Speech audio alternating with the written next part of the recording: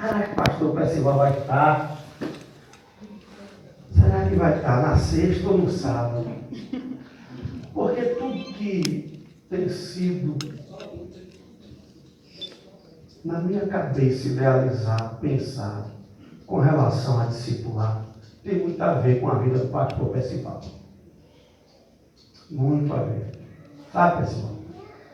Eu fiz 2 anos que estou em Pombal. Olha que coisa. Hoje são 7. Hoje é sexta. Terça-feira, dia 4 de junho, fizeram 2 anos que eu estou em Pombal.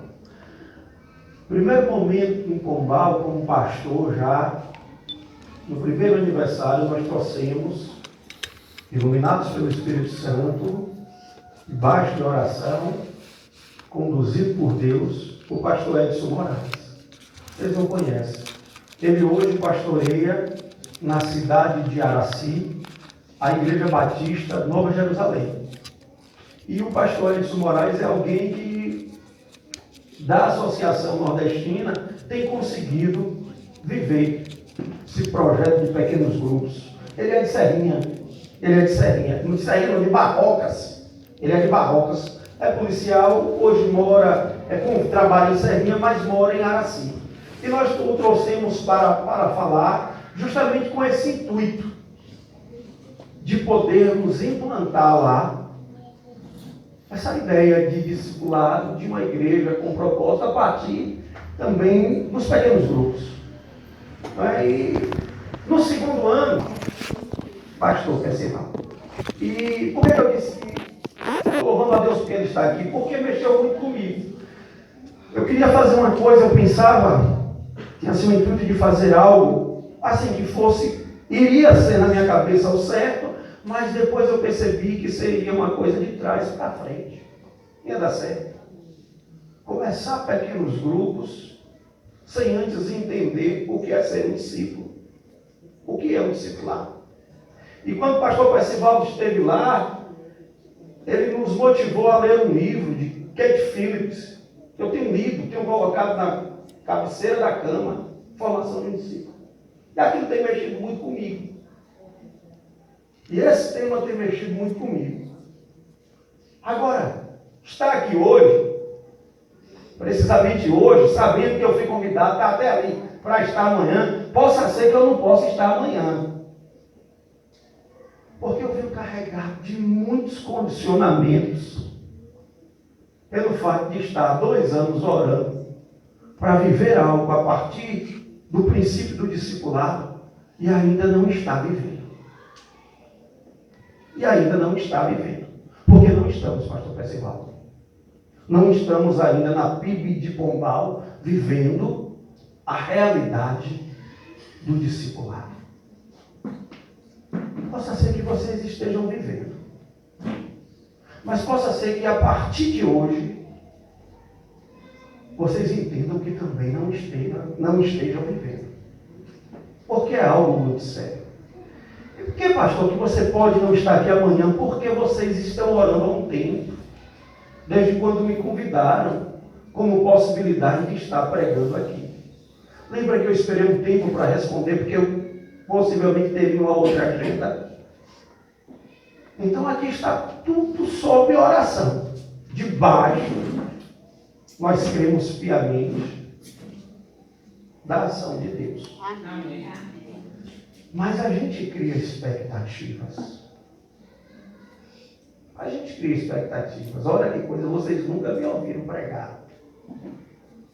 Alguns, né? A gente cria expectativas. E eu não sei das expectativas que Deus tenha trazido à sua vida com relação a esses momentos de comemoração de 30 anos, 3 décadas, que uma igreja acontece em uma cidade.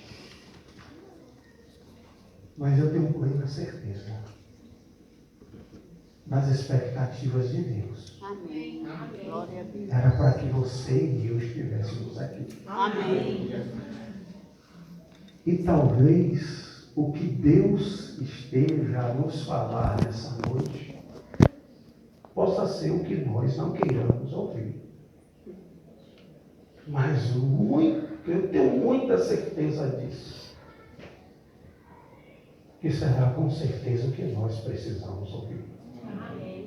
É difícil falar, pregar a palavra de Deus.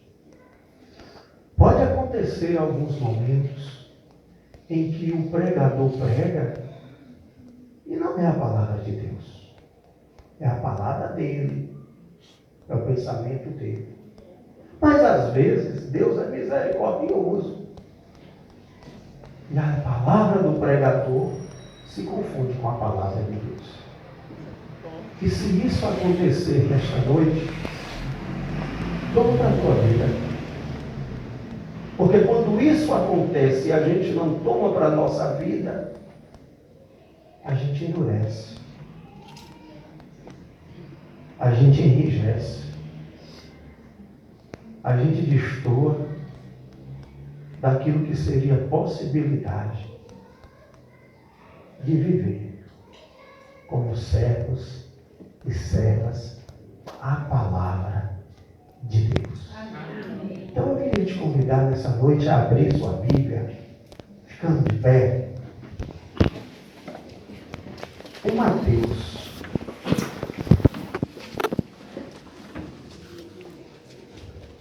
Evangelho de Cristo segundo Mateus. Capítulo 5 e capítulo 7.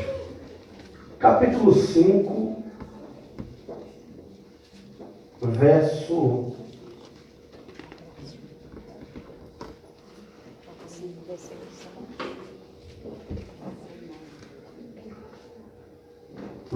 13 e 14. É o texto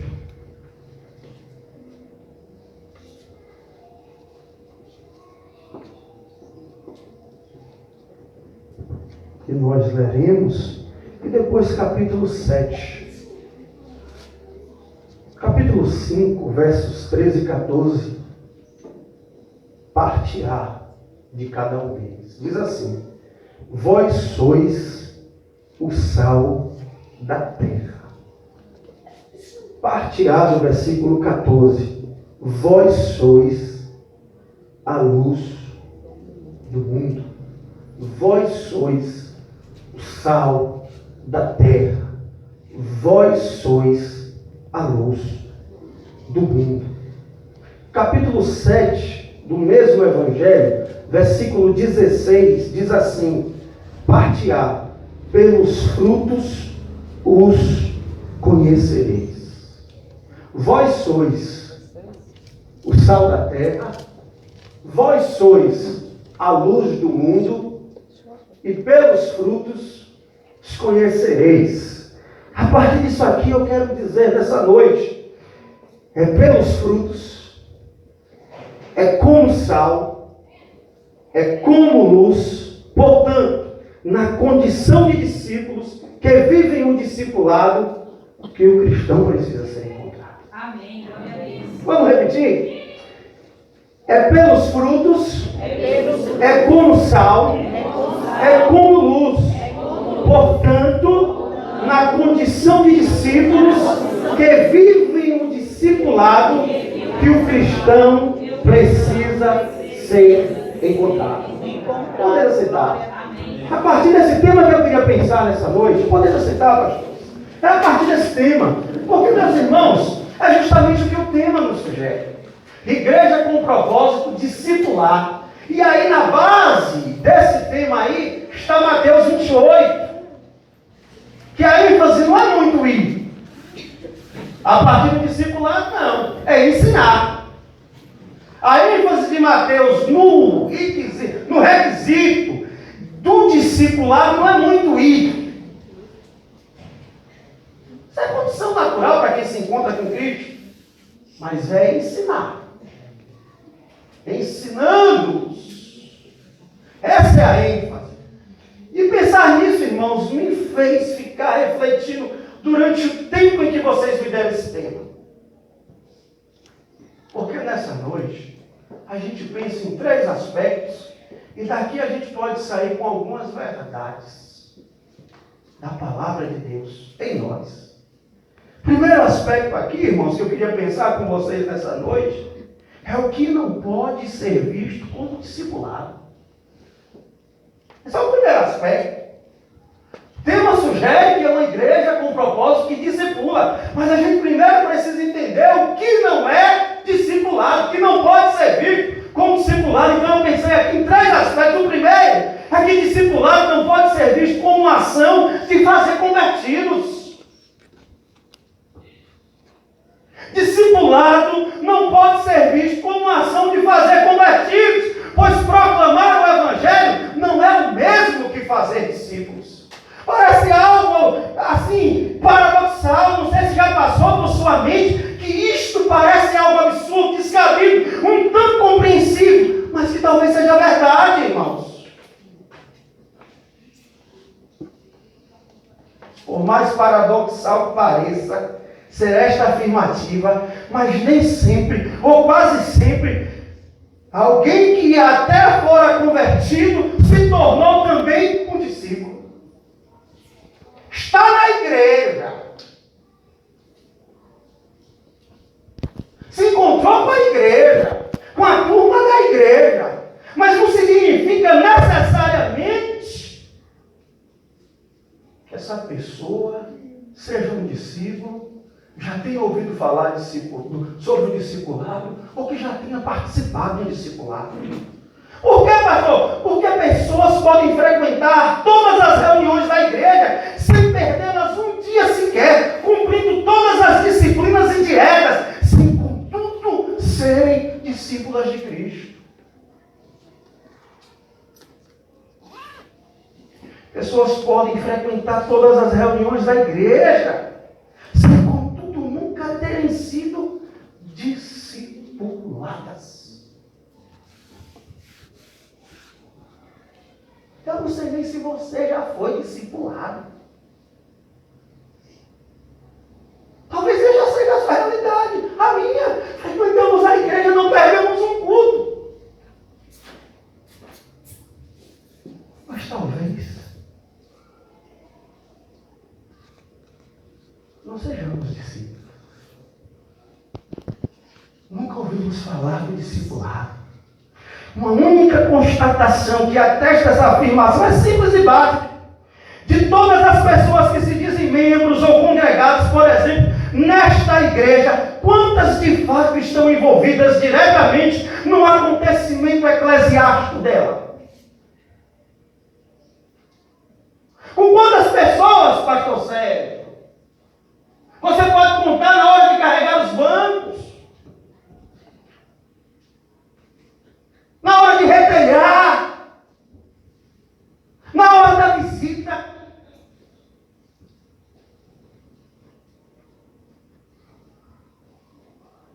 Quantas de fato se envolvem, produzem e frutificam na igreja?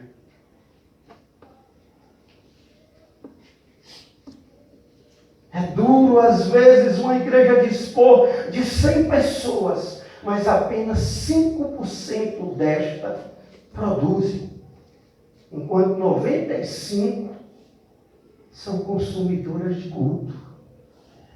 Só sabem consumir, só sabem reclamar.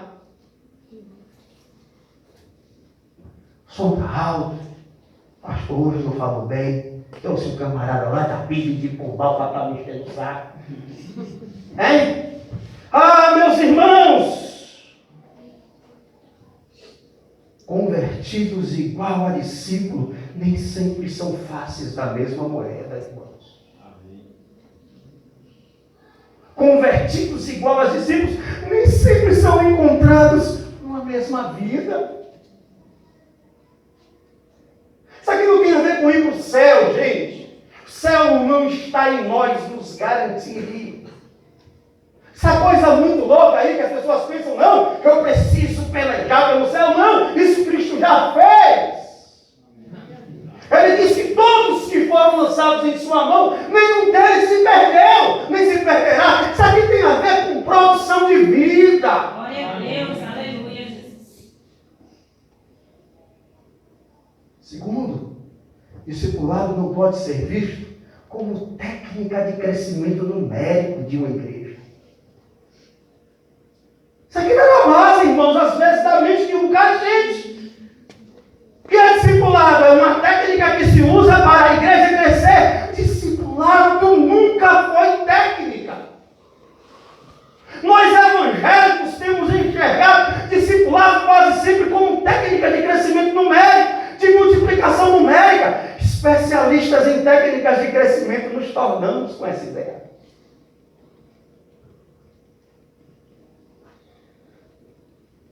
Essas perguntas são sempre apontadas nessa direção. Quantos membros há em tua igreja? Nunca perguntaram isso para o senhor, não, pastor? Não. O senhor nunca perguntaram? Nunca perguntaram não para vocês? Essa pergunta cabal na vida de crente, de evangelho. O nosso evangelicalismo, principalmente brasileiro, tem que ser essa ideia. Que discipulado é um método que nós usamos para fazer a igreja crescer numericamente. Oh, meus irmãos, nós somos conhecidos pelo quê? Frutos.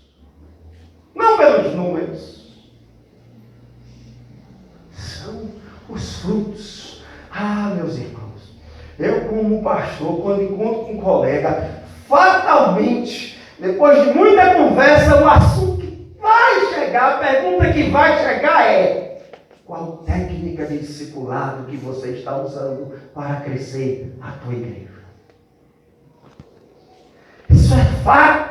Essa constatação é interessante. Por quê? Porque discipulado não tem a ver com alguém com um microfone na mão, enquanto outros aprendem uma técnica que vai somar na sua proposta de crescimento numérico. Discipulado não tem a ver com isso. Isso aqui é pregação. Isso aqui é ministração da palavra. 5 passos para mudar o resultado. 3 ideias para transformar o resultado. Faça isso, faça aquilo e obtenha resultados. Não tem essas coisas aí? Meus irmãos, toda essa técnica pode até somar em alguma coisa, mas de fato isto não passa de técnica e nunca poderá ser visto como uma ação discipuladora, como discipulado.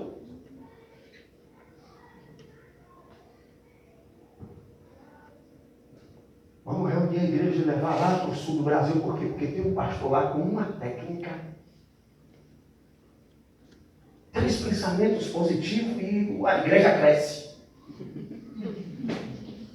Conhece essas histórias? Terceiro lugar, irmãos, discipulado não pode ser visto como um programa da igreja local. Discipulado não pode ser visto como um programa da igreja local, pois o mesmo não é derivado de eventos.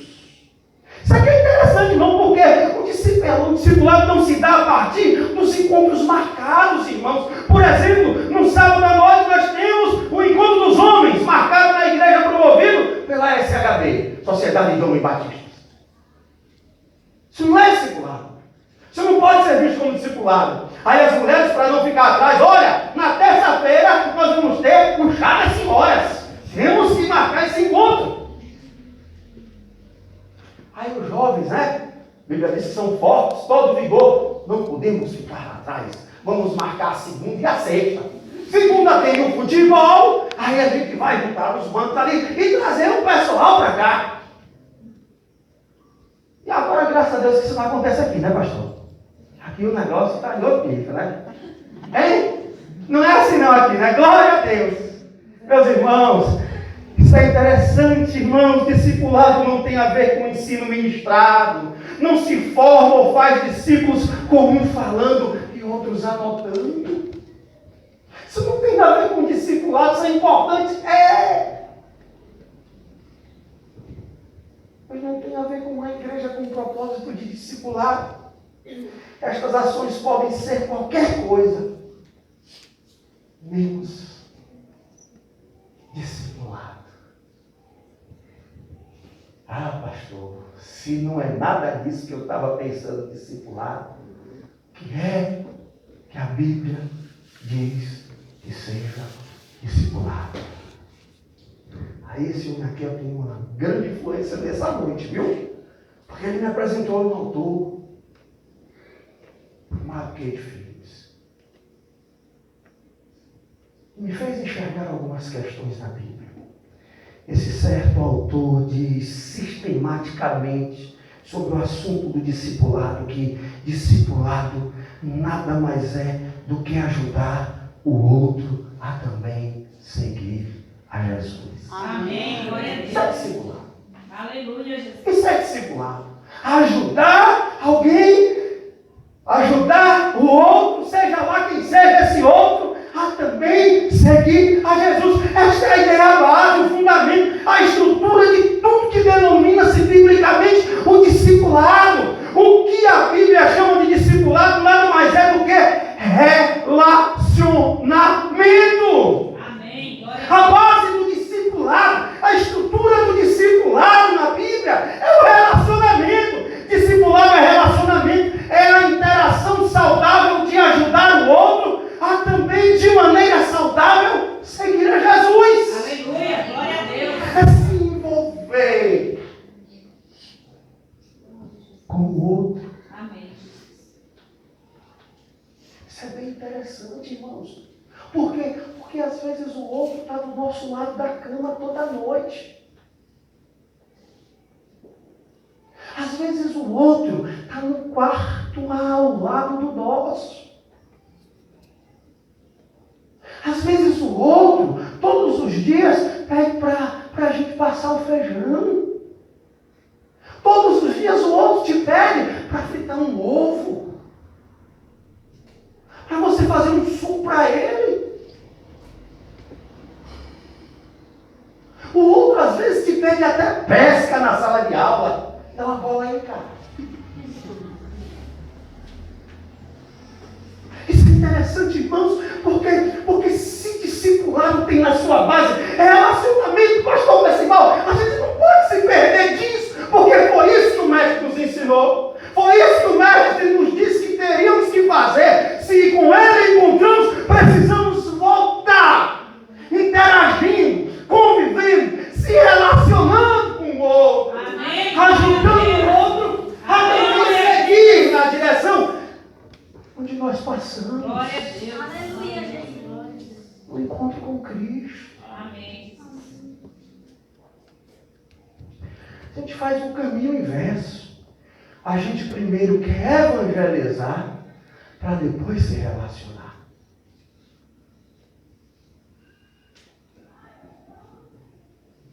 Eu estou citando muito Percival, mas é verdade. Percival disse que evangelismo e discipulado está ligado. Lembro de uma das nossas reuniões da associação e numa inspirativa, um treinamento com o Juan, e o pessoal dizendo: Juan, eu não consigo enxergar essa coisa do evangelizar e discipular desassociado. Ah, meus irmãos, é da natureza do discípulo relacionar-se, interagir sempre. Em outras palavras, gerar discípulo. Isto não é algo que ao discípulo lhe seja agregado.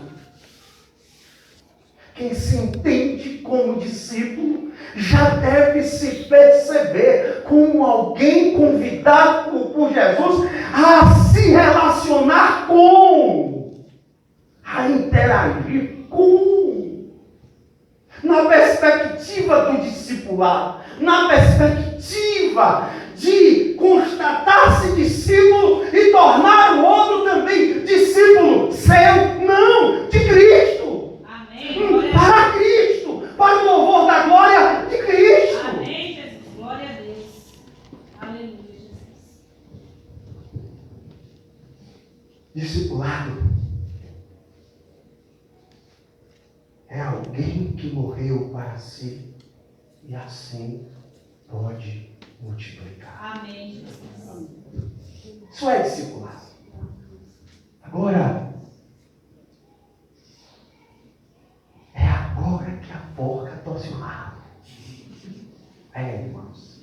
Porque nós já vimos o que não é, já vimos o que é, mas eu queria chegar aqui. Leve tudo isso para trás aí como introdução. Porque a pergunta séria aqui é: o que acontece quando o discipulado acontece? Essa aqui é a pergunta. O que é que acontece quando o discipulado acontece na vida daquele que se encontrou com Cristo e se entende discípulo? Eu digo umas coisas assim, eu penso que vocês estão me acompanhando no raciocínio. Amém. Amém? Amém. Eu vou dizer por quê. Porque nem todos os discípulos suportaram, continuaram. Lembram daquela palavra lá escrita em João 6? Jesus multiplica os pães e os peixes, atravessa o mar, de repente outros também atravessam o mar, e quando chegam e encontram Jesus, Jesus vai dizer para eles: vocês estão aqui por quê? Porque me viram multiplicar pães e peixes e fartaram. Lutai pelo alimento que não perece. E aí o texto continua dizendo lá no capítulo 8 que o discurso é tão duro que muitos dos seus discípulos voltaram, regressaram. E aí ele faz aquela pergunta interessante, né? E vós também não quereis retroceder? Aí o que é que Pedro diz? Para onde iremos, se só tu tens as palavras de vida eterna? Amém. É dentro dessa perspectiva que eu estou dizendo, irmãos. Porque discípulos, a partir daquele texto lá, regressam, se dispersam. Entende como isso é sério, irmãos? Entende? Então, o que acontece quando o discipulado de fato acontece na minha vida? Primeiro, passamos a entender que não é verdade a premissa de que, pelo fato de estarmos crescendo em números, estamos vencendo, estamos em vitória, estamos de fato cumprindo o lead da grande comissão. Amém. Glória a Deus. Esse aqui é o primeiro aspecto, irmãos. Quando o discipulado acontece, a nossa cabeça passa a não pensar mais em números, como prerrogativa de que se está dando certo. Por quê, pastor? Porque às vezes a gente passa em frente a certas catedrais que estão cheias de pessoas, mas não há vitória.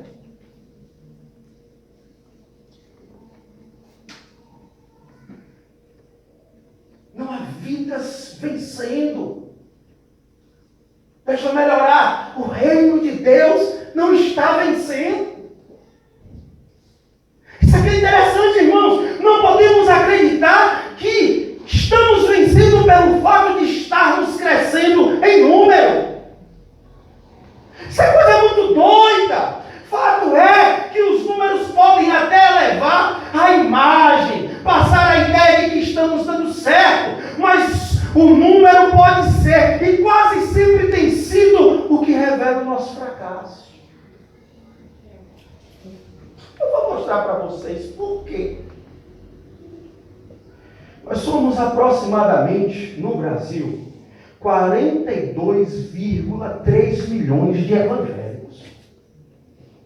42,3 milhões de evangélicos.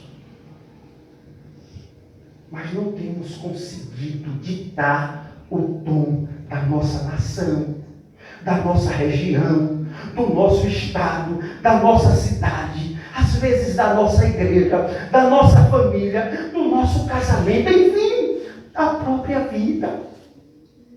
Isso aqui é sério, irmãos, quer dizer que temos crescido em número, mas não transformamos isto em mudanças de realidade. O Evangelho, que é poder de Deus, não tem conseguido ser poder de Deus. Olha, irmãos, como eu disse, nós somos 42,3 milhões de evangélicos no Brasil, mas nem por isso a criminalidade tem regredido. Somos 42,3 milhões de evangélicos, mas nem por isso as crianças têm deixado de dar à luz ainda crianças. Somos 42,3 milhões de evangélicos, mas nem por isso o alistamento para o tráfico tem diminuído. Somos 43,2 milhões.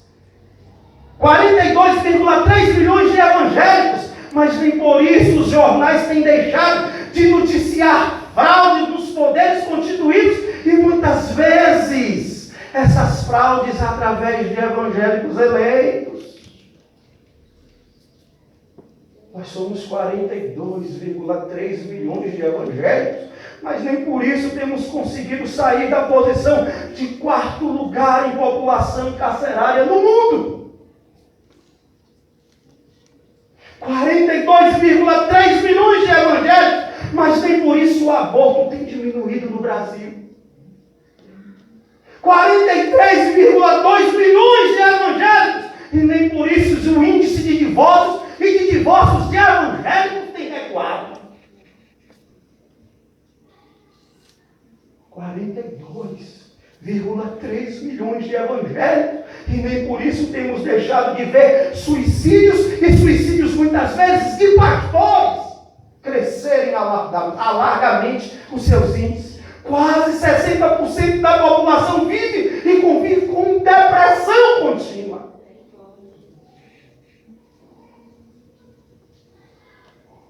Não são pelos números, irmãos, que o discipulado é conhecido. São pelos frutos. São pelos frutos que seríamos conhecidos, disse Jesus. São os frutos, irmãos. Quando a gente entende o que é discipulado, então a gente começa a se libertar dos números e passamos a viver iluminando, salgando, dando frutos. O que é que acontece, pastor? Quando nós entendemos o discipulado, que discipulado é relacionamento. Construímos uma mentalidade madura, por exemplo, do que seja ser abençoados como discípulos. Essa nossa noção de ser abençoado é interessante. Por exemplo, sair abençoado de um encontro de culto, sair é sinônimo de sair bem.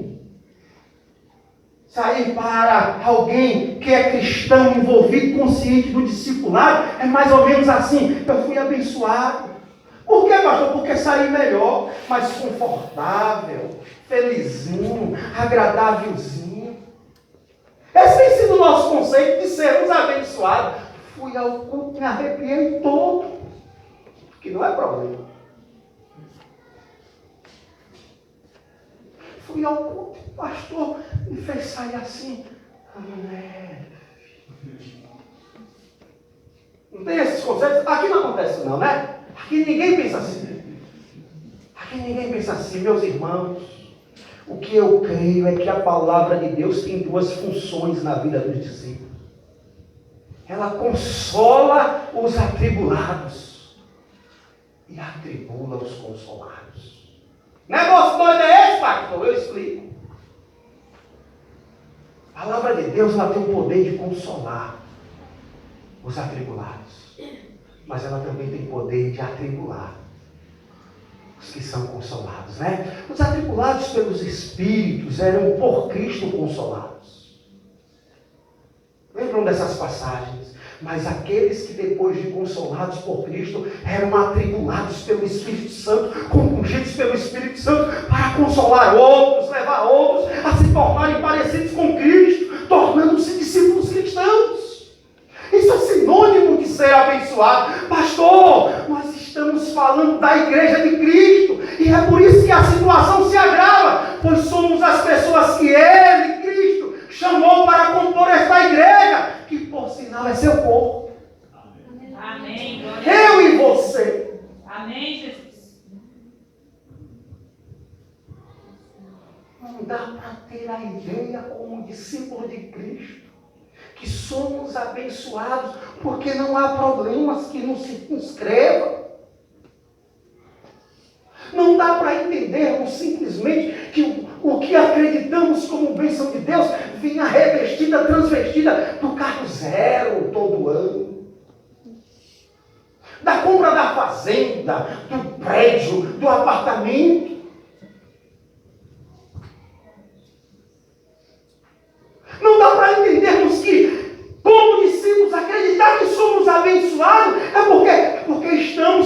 esse conceito muito louco aí, prosperando.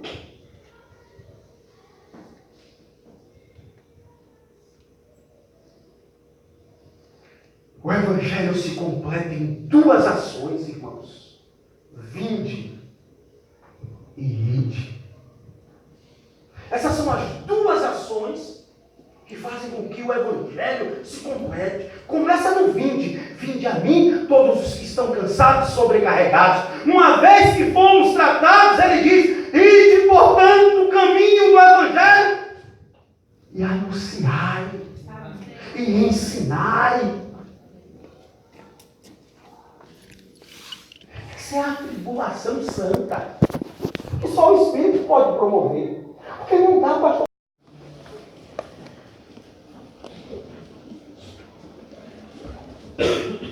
Quantos aqui estiveram ontem? Levanta a mão aí. Eu vou ser mais ousado. Fica de pé, quantos aqui estiveram ontem? Fica de pé, já estão de pé, né? Eu vou perguntar para vocês, olha que pergunta interessante. Quantos lembram o tema da mensagem de ontem?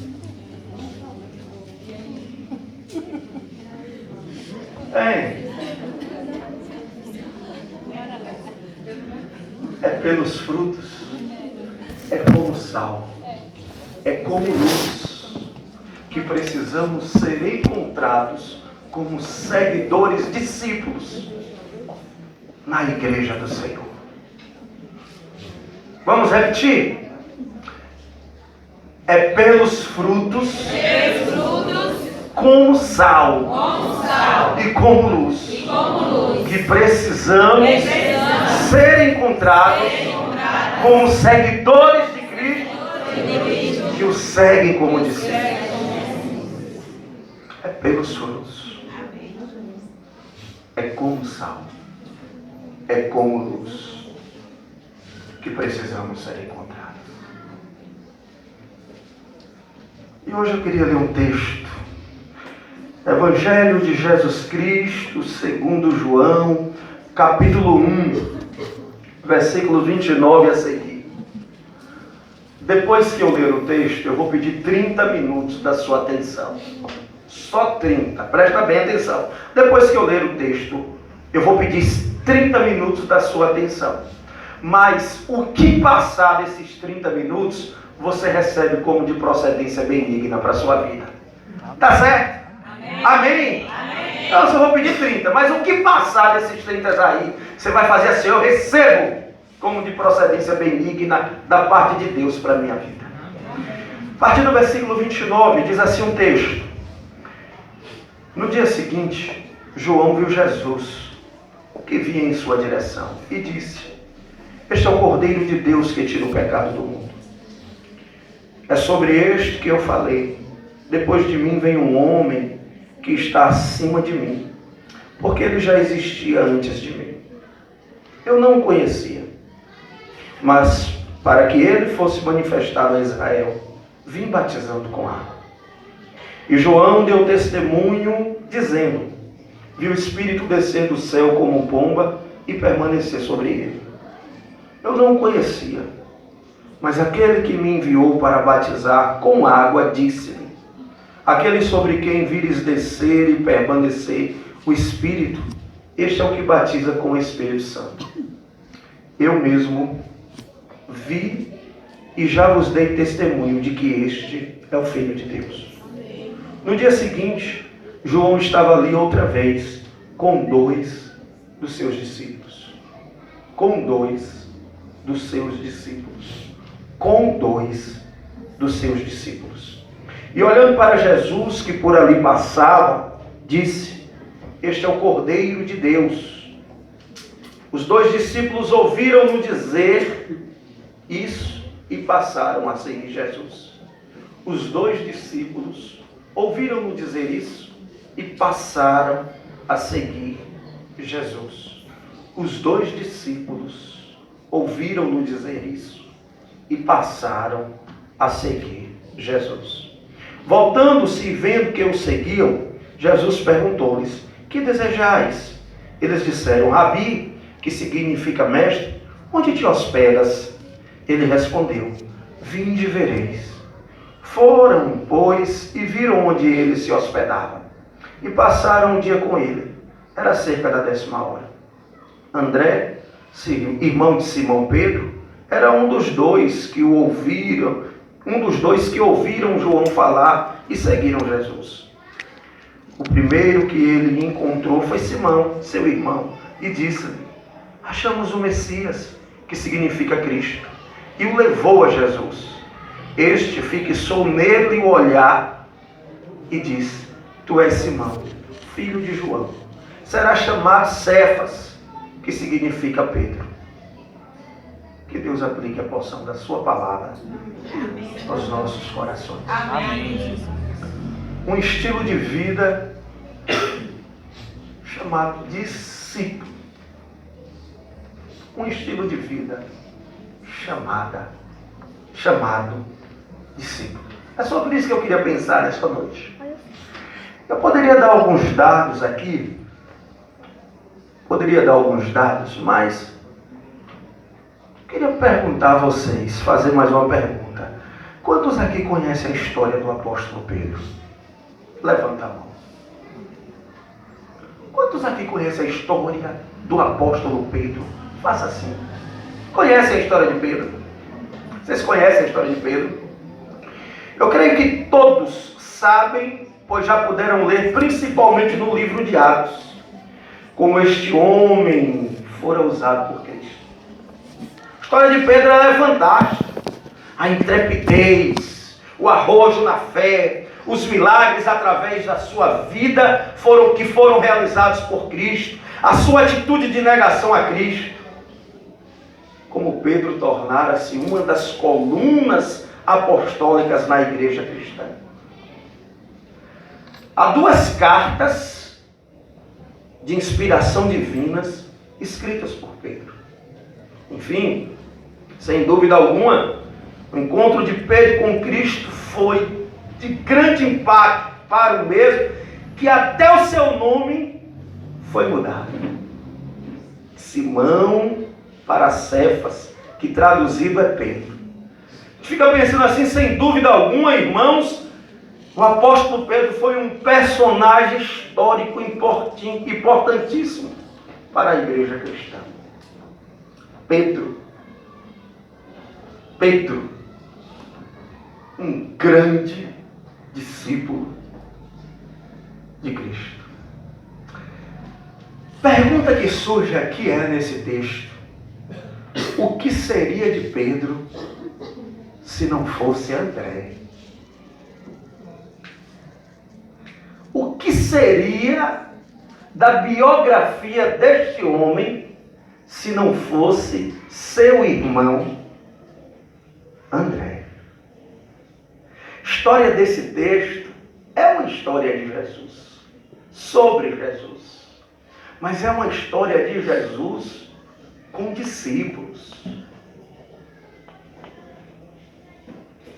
Eu não sei se vocês prestaram atenção, mas tomaram, espero que não fecharam suas Bíblias aí. O texto diz que depois de João anunciar quem era Jesus, 2 de seus discípulos passaram a seguir a Jesus, e um deles era André, irmão de Pedro. A história de Pedro tem um ponto de partida a partir da vida do discípulo André. É André que nós tomaremos nesta noite como exemplo para pensar alguma coisa sobre discipulado, um estilo de vida. Discípulo, um estilo de vida para o cristão. Isso é importante, irmãos. Eu não sei como é que você se vê como seguidor de Cristo. Eu não sei como é que você se vê. Mas tenha plena certeza que Cristo sabe como nós somos como seus seguidores. Amém. Glória a Deus. Ele nos conhece. Ele sabe e é Ele quem realmente nos conhece. Por quê, pastor? Porque só Ele nos conhece como de fato somos. Ele nos vê de dentro para fora.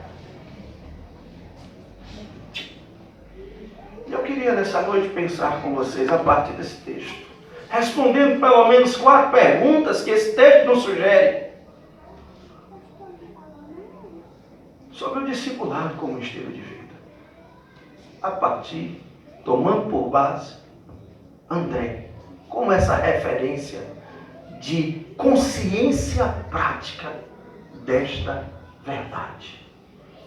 Seguimos a Cristo, mas precisamos seguir como discípulo. Como discípulo. Essa é a primeira pergunta para os seguidores e seguidoras de Jesus nesse texto. Primeira pergunta sincera. Pergunta sincera não é pelo discipulado. Pergunta sincera é pelo discípulo. Versículo 35 vai nos dizer que 2 de seus discípulos, ou seja, discípulos de João, passaram a seguir a Jesus. E o que está aqui claro, a priori, que notamos com máxima clareza, é que André nunca não foi discípulo. André, ao ouvir falar de Jesus, ele já estava na condição de discípulo. Só que discípulo de João. A vida de André foi uma vida permeada, marcada, completamente absorvida por essa palavrinha. Discípulo. Imagina aí, irmãos. A condição de seguidor encontrada na vida deste homem nunca não foi a de discípulo. A minha e a sua talvez já. Ou talvez ainda continue na condição de não sermos discípulos, de não sermos encontrados, achados. Do acontecimento da nossa vida não se dá a partir da condição desse adjetivo. Porque traz qualidade à vida, traz qualidade ao sujeito, discípulo. André não. O texto diz com muita clareza aí no versículo 35, no dia seguinte João estava ali outra vez com 2 de seus discípulos. Pronome possessivo seus.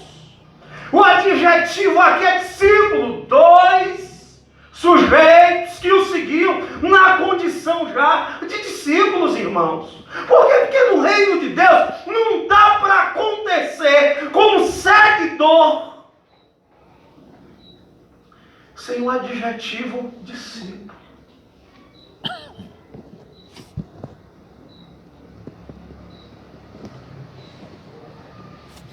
Quando Jesus encontra, ou quando ele é encontrado com Jesus, a sua condição já era de discípulo. André sempre foi discípulo. Amém. Glória a Deus.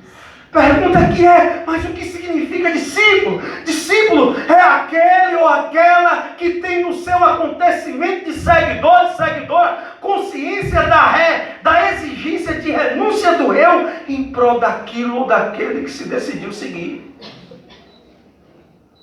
Isso aqui é a marca indelével na vida de quem pensa em ser, se tornar ou já é discípulo.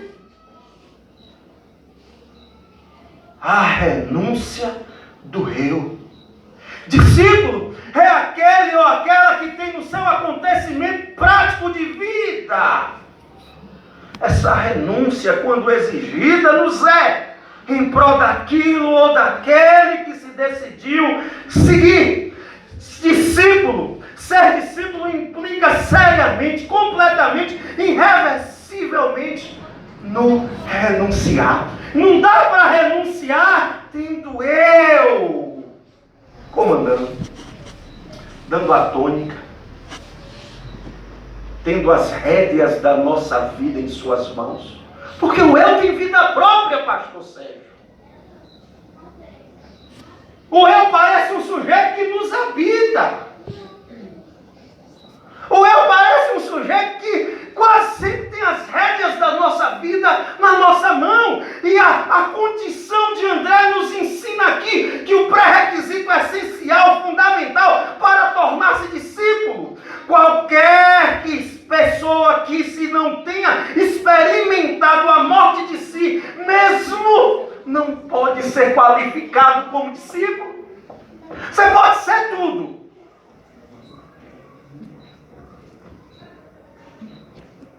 Boa praça, boa gente, alegre, satisfeito. Mas se esse eu não morreu, se renunciar para você é pesado e por isso não acontece, você não é discípulo, meu irmão. Você não é discípula, minha irmã. Você é seguidor, seguidora. Eu não sei em que condições você veio para cá, mas o que eu sei é que a pergunta principal, primária, inicial, para quem deseja viver o discipulado, praticando o discipular, é a pergunta pelo discípulo. O que é que eu tenho sido na condição de seguidor? Discípulo? Seguidor? Essa é a primeira pergunta. Segunda pergunta, também muito sincera. Para quem é seguidor, para quem é seguidora de Jesus, nesse sentido de quem eu sou discípulo. É o que o texto nos diz aí no versículo 37. Olha o que o texto diz. Os 2 discípulos ouviram-no dizer isso e passaram a seguir a Jesus. Primeira pergunta é se eu sou discípulo. Segunda pergunta é de quem eu sou discípulo. Essa pergunta, irmãos, parece já ter-se a resposta. A gente às vezes pensa, não, eu sou discípulo e sou de Jesus, mas nem sempre assim acontece na prática. Nem sempre no bojo dessa resposta teórica, a prática é encontrada na mesma resposta. Nem sempre. Na prática, muitas vezes, segue-se, torna-se discípulo de um líder. Em nome de Jesus. Você congrega onde? Congrega lá na igreja do pastor tal. Não, eu sigo a líder tal. Eu estou debaixo da unção do líder tal. Isso aqui não acontece não, né, pastor Sérgio? Só lá em Pombal, né? Ah, meus irmãos, isso aqui é coisa séria. O texto diz que eles deixaram de seguir a João, porque precisavam, como discípulos, seguir a quem deve ser seguido, a Jesus. Amém. Temos líderes, somos líderes, ou melhor, pastor. Deixa eu abrir aqui um parêntese bem grande. Pastor é pastor. Só tem eu e o senhor de pastor aqui nessa noite? É? Mas eu vou dizer, pastor é pastor. Pastor não é líder, pastor não é professor, pastor não é pai na igreja, pastor não é administrador, pastor não é esses outros, psicólogo, pastor não é psicanalista, pastor não é filósofo, pastor é pastor. Essa categoria existe na Bíblia, pastor. Esses outros atributos servem para dar excelência ao ministério pastoral, mas pastor é pastor. Eu tenho que desenvolver características de liderança, claro, mas eu sou pastor. Eu tenho que, se puder, fazer um bom curso, tenho sim. Tenho que, se puder, fazer pedagogia, letras, sei lá, matemática, administração, psicologia, tenho. Mas pastor, ele é pastor. O nome disso é vocação. Só sabe quem é vocacionado. Camarada fala lá, nós vai, nós foi. Deus o chamou, ele é pastor. O Espírito Santo separou ele para ser pastor. Claro que a excelência é importante, está escrito lá em Provérbios. Se o machado estiver embotado e não se lhe afia o corte, redobra-se a força para que ele cumpra o propósito. Assim é a sabedoria. Ela alarga as possibilidades. Amém. Sem desrespeitar essa lista que eu trago para o meu ministério, para a minha vida, para a minha vocação ministerial. Mas pastor, ele é pastor. Por que isso é importante, pastor? Porque às vezes se despreza.